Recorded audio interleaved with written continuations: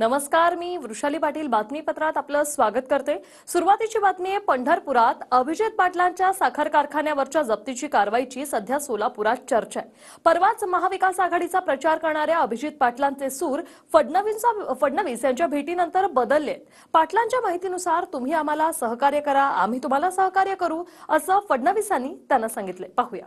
साहेब, आपण 4 महिन्यापूर्वी साहेब इथल्या शेतकऱ्याला ऊस नेतो म्हणून इथले काही नेतृत्व अडचणी निर्माण करत होतं। सांगायला भेट झालेली आहे फडणवीसांची, काय भेट झाली आत्ता साहेबांची भेट घेतली। ही साखर जप्त झाली आहे, कारखाना आणि ऊसाची बिलं देणे बाकी आहे। त्यांनी म्हणले तुम्ही आम्हाला मदत करा, आम्ही तुम्हाला मदत करू। हे 3 दिवसांपूर्वीचे अभिजित पाटील आहे आणि हे आजचे अभिजित पाटील। पाटलांचे सूर बदलण्याचं कारण आहे कारखान्यावर आलेली जप्ती। पंढरपुरात विठ्ठल सहकारी साखर कारखाना आहे, त्याच कारखान्याचे चेअरमन अभिजित पाटील आहेत। कर्ज थकवल्याप्रकरणी 2021 साली कारखान्याविरोधात खटला भरला गेला, मात्र तेव्हापासून गेल्या शुक्रवारपर्यंत सहकार खात्याच्या कोर्टानं कारवाईवर स्टे दिला होता।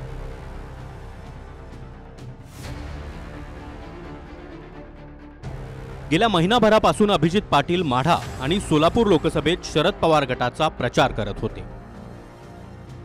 26 एप्रिलला अभिजित पाटील महाविकास आघाडीच्या प्रचार सभेत असतानाच इकडे त्यांच्या कारखान्यावर जप्तीची कारवाई झाली। 39 कोटींच्या साखरेच्या पोत्यांसह कारखाना सील केला गेला। बातमी मिळताच अभिजित पाटील सभा सोडून कारखान्याच्या दिशेने निघाले।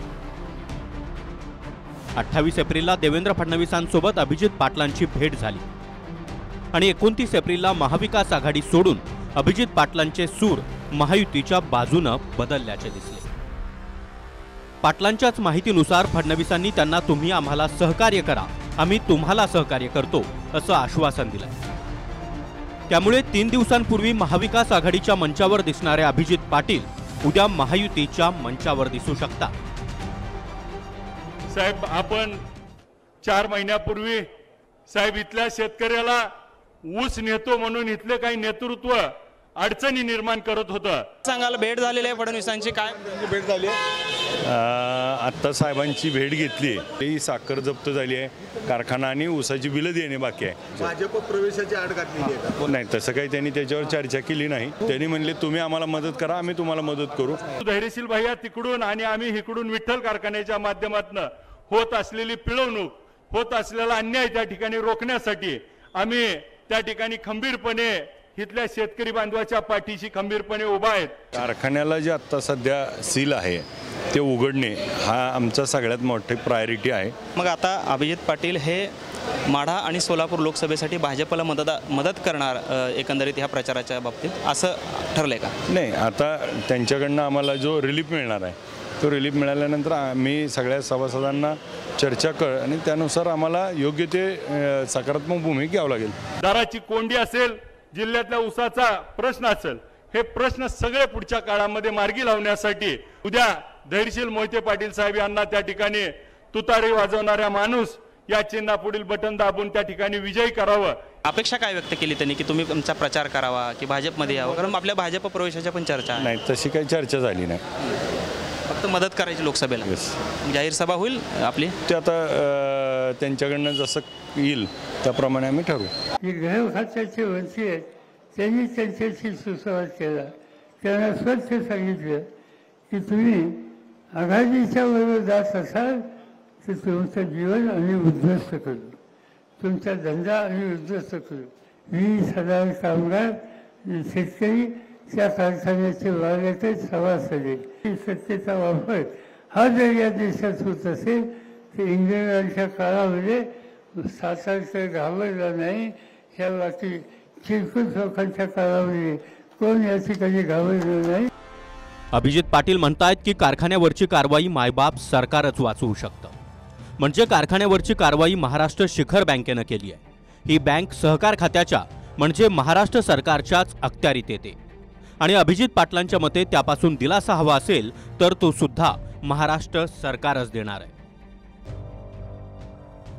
ईडी प्रमाणेच साखर कारखान्यांवरच्या कारवाईनं सरकार दबावतंत्र वापरत असल्याचा आरोप विरोधक करत आले आहेत। मात्र सरकारनं हे आरोप वारंवार फेटाळले। गेल्या वर्षी सप्टेंबरमध्ये अशोक चव्हाण काँग्रेसमध्ये असतानाच सरकारनं त्यांच्या कारखान्याला 147 कोटी रुपयांची हमी दिली होती। त्यावेळीच भाजपच्या प्रताप पाटील चिखलीकरांनी या हमीवरून चव्हाण लवकरच भाजपमध्ये प्रवेश करू शकण्याचा अंदाज वर्तवला होता। योगायोगानं पुढच्या काही महिन्यातच अशोक चव्हाण भाजपवासी झाले। मला वाटते की ही बाब फार जुनी आहे की 150 कोटीची थक आम्ही अशोक चव्हाणांच्या साखर कारखान्याला हे सरकार देते, याच्यावरून आपण लक्षात घेतलं पाहिजे। आणि अशोकरावसाठी नवीन नाही, सत्तेसाठी ते येऊ शकतात आणि त्यांचं स्वागत आहे भारतीय जनता पक्षाचा कार्यकर्ता म्हणून। 2 दिवसापूर्वी प्रतापराव चिखलीकरांनी तुमच्याबद्दल जे वक्तव्य केलं, एका बेजबाबदार माणसाला मी उत्तर देणं मला उचित वाटत नाही। मी आहे त्या ठिकाणी चांगलं आहे, माझं काम सुरू आहे, त्यामुळे अशा प्रकारचं त्यांचीच जागा डळमळीत आहे।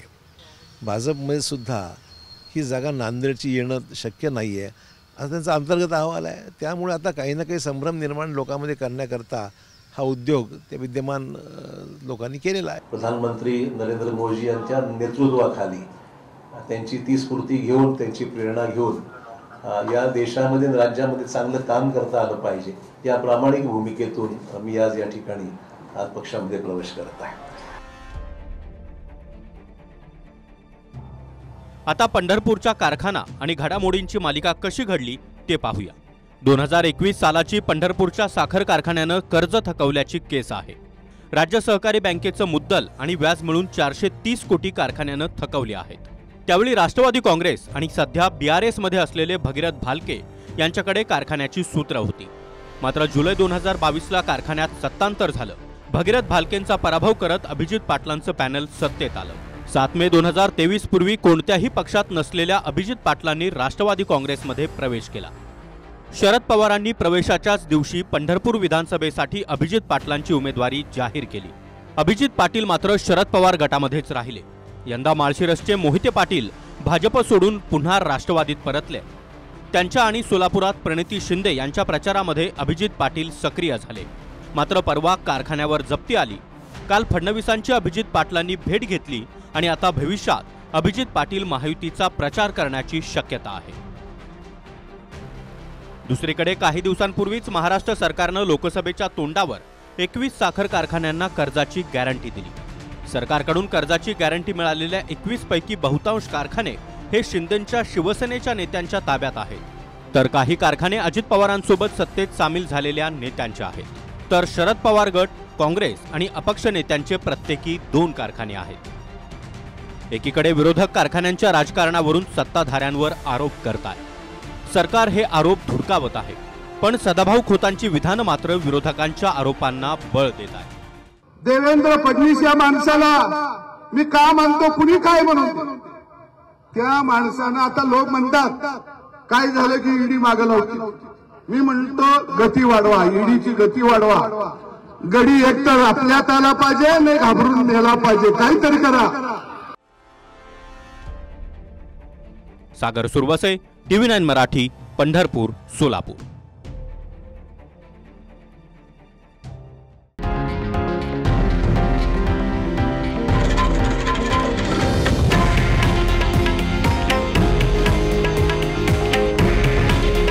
हे आहे देशातील नंबर 1 न्यूज नेटवर्क आणि आपण पाहत आहात TV9 मराठी।